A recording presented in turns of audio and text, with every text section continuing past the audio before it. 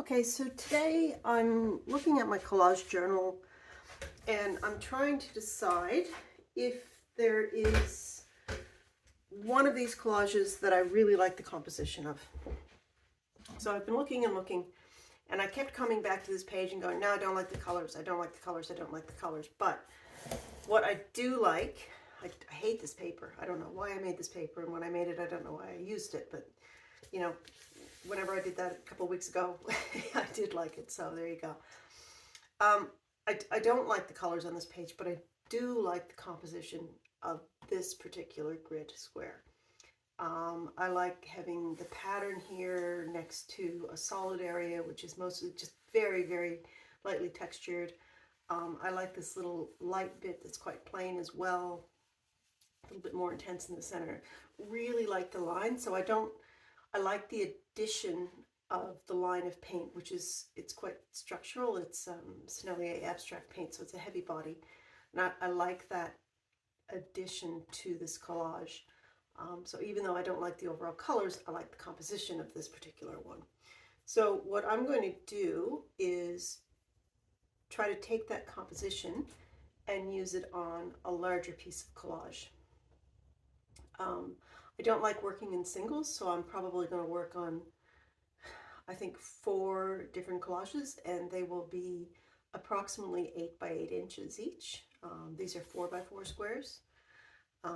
So that is, I know it sounds like it's double, but that's actually 4 times the size of this. So scaling up that much with the same composition, we'll see how I go. I have to get some larger pieces of paper and that sort of thing.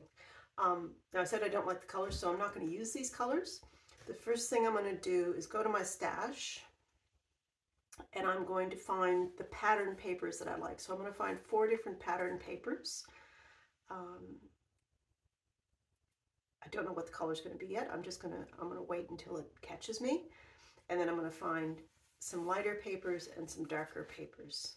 And of course I've got my Sennelier pens and Posca pens and everything in drawers behind me, so they're right here.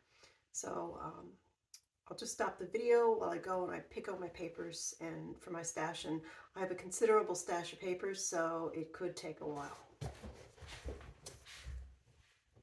Okay, so I've gone through my stash and decided that I've got far more blues and greens than anything in the stash, so I've made some little piles of sort of coordinated papers here that I can use to make my collages. I've got 4 separate piles that I think go pretty nicely together. And I've got some combinations of patterns and just really nicely textured pieces, a little bit of font. And I've also got a big pile of warm and cool neutrals in that folder, and maybe a couple of brightly colored things to go with it. So I'll fast forward the rest of the video, and I'll be back with you once I've decided what the 4 compositions will be.